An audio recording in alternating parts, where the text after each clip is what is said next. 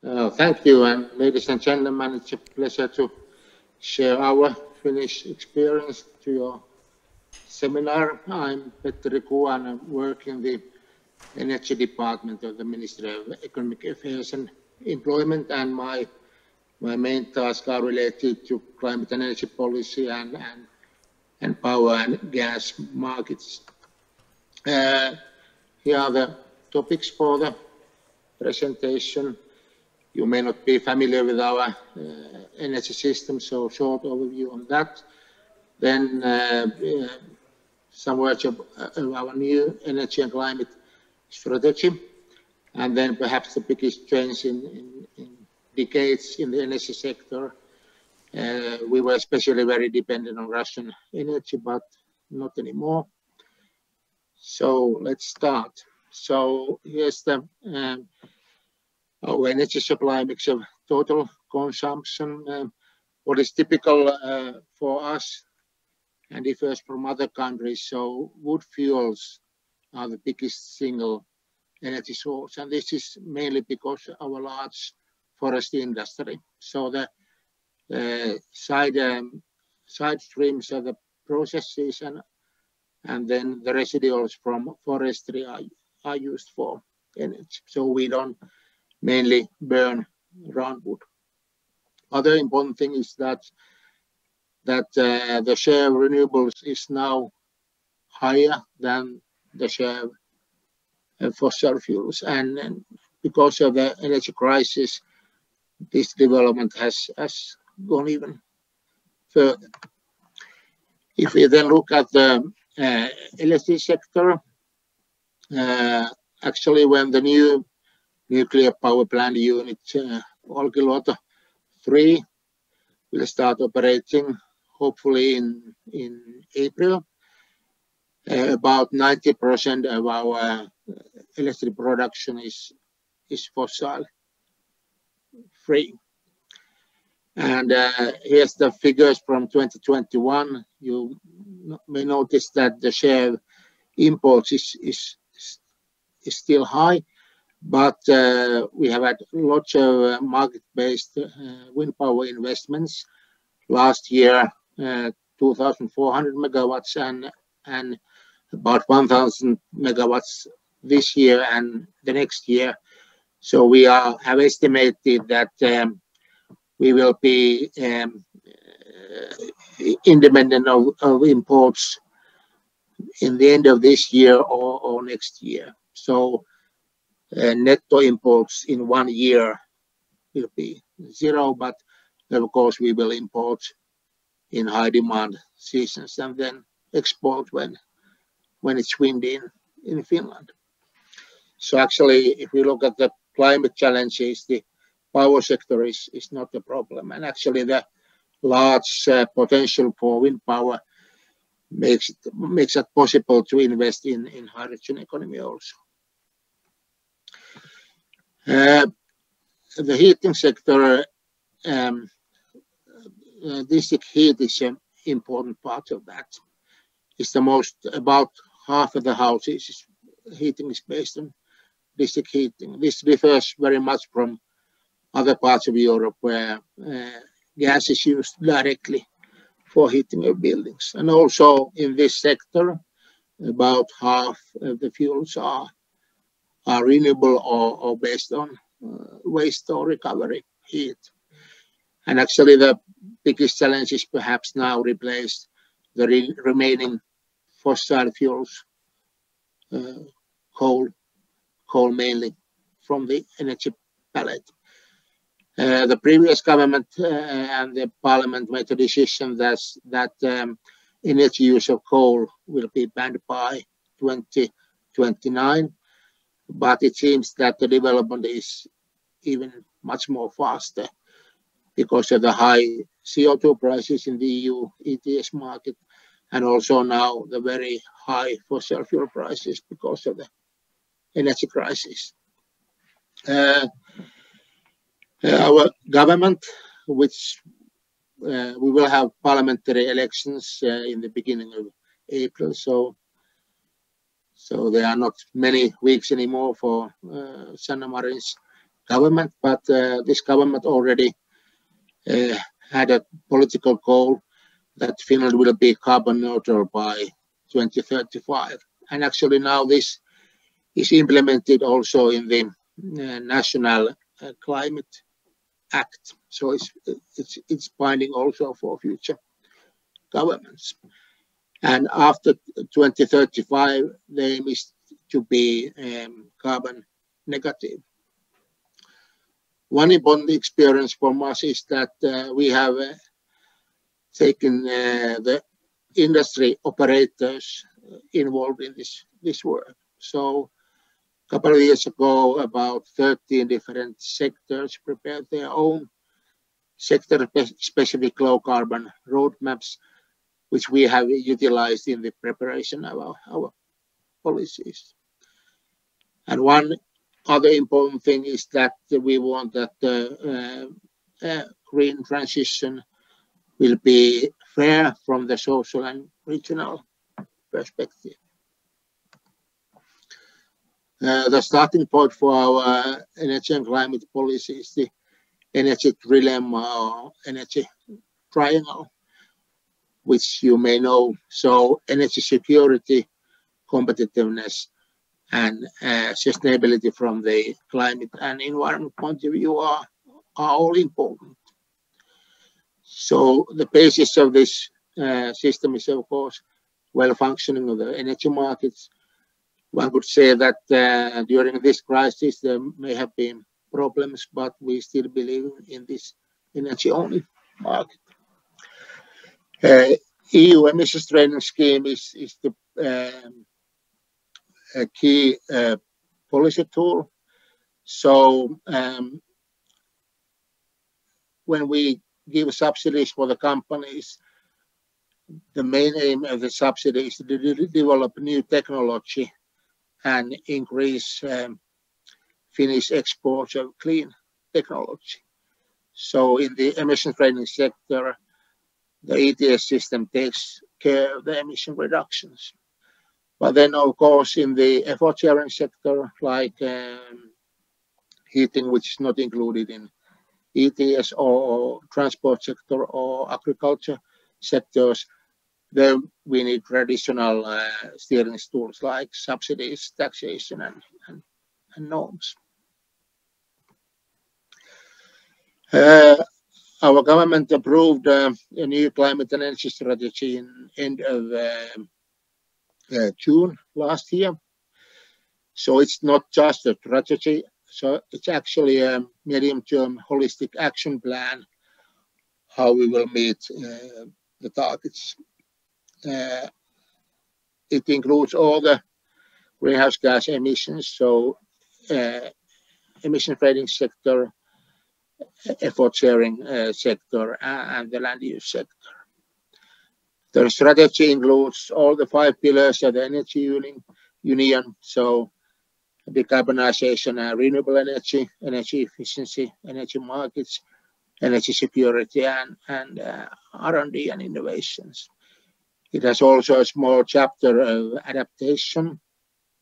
It presents the present situation, the targets, existing and new policies, and the impact assessments. And as a backbone of the study is large scenario work, which includes energy balances and greenhouse gas balances. And there are 2 different scenarios. One is the WEM scenario, which is with existing policies, and the other one is the WAM scenario with now decided new additional policies. It also includes impact assessments, so environmental, and as a new part also gender impacts, national economy, government budget, and social and regional impacts.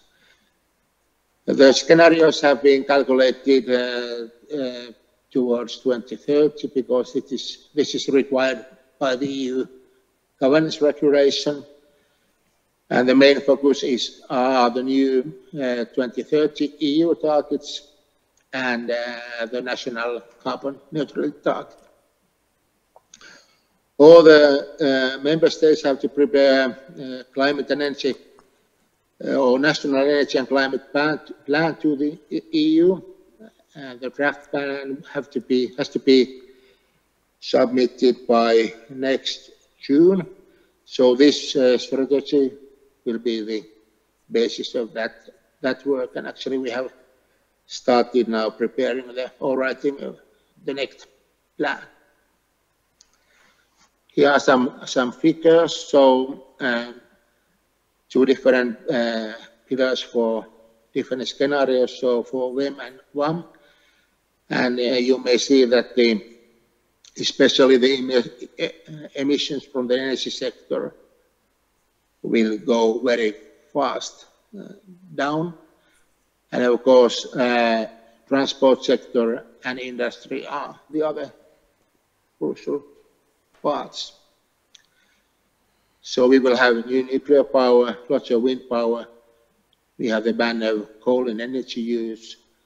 We have domestic energy source, peat, which was a few years ago very important, but now the high CO2 price has reduced the use of peat quite dramatically.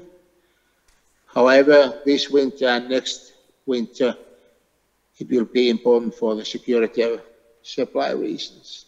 And actually, oil is only used in the transport sector, and we have aimed to get rid of fuel oil heating. So as I mentioned, the energy sector in the electric generation, now already 85% is emission free.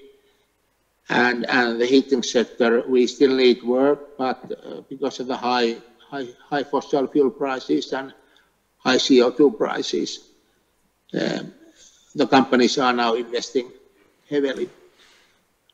We want to emphasize large-scale heat pumps in district heating systems, the use of waste heat, and of course we need biomass for the transition period.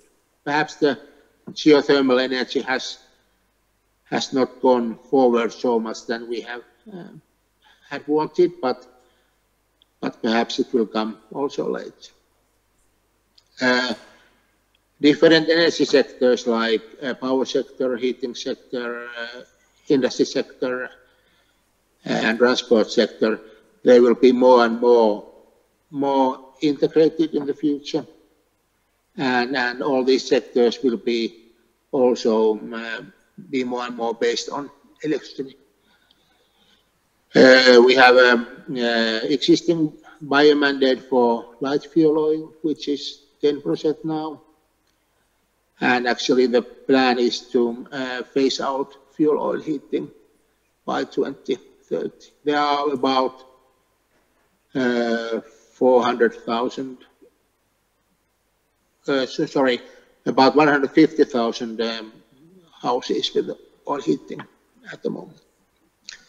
We have increased fuel taxes.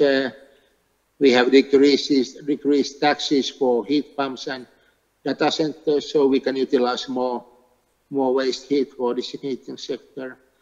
And perhaps the challenge is now that because of the use of fossil fuels is going down so fast, is how can we avoid burning round wood. And perhaps this winter there has been some need also to use round. In the industry sector, the hydrogen economy is going fast forward. And for example, there's a large steel factory in Western Finland, which has about 7% emissions of the whole country. And now there are plans that this use of coke will be replaced by hydrogen economy. And the same is in the oil refinery. And from our forest industry, there will be new products which will decrease also emission in other countries. in the transport sector, we have a separate target that from 2005, the emissions will be halved by 2030, and then we should have a fossil-free transport system by 2035. As a transition period, we have the biomethane and biofuels blending mandate. It has been raised to 24%, and we are also expecting that there will be power-to-X fuels to the market. So this is needed for the period when there are still old combustion engine cars available. We have quite high car tax when the car is registered. This tax has been abolished from battery electric vehicles, and we have subsidies for EV loading infrastructure and biomethane stations. Then the result of the Russians' aggression towards Ukraine. So in 2021, about a third of our energy was imported from Russia. So natural gas almost totally, oil 2/3, coal about half, and then actually quite a lot wood energy was also imported. We imported round wood for the forest industry, but then companies also imported forest chips. And about half of the netto imports of energy was also imported. So this changed in few months. So in 21st of May, Gazprom cut off the pipeline natural gas supply.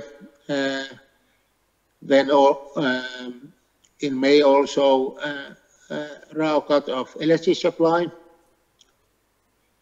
Then already in March, Mr. Putin decided that imports of roundwood and forest chip is not possible to unfriendly countries, as he said it.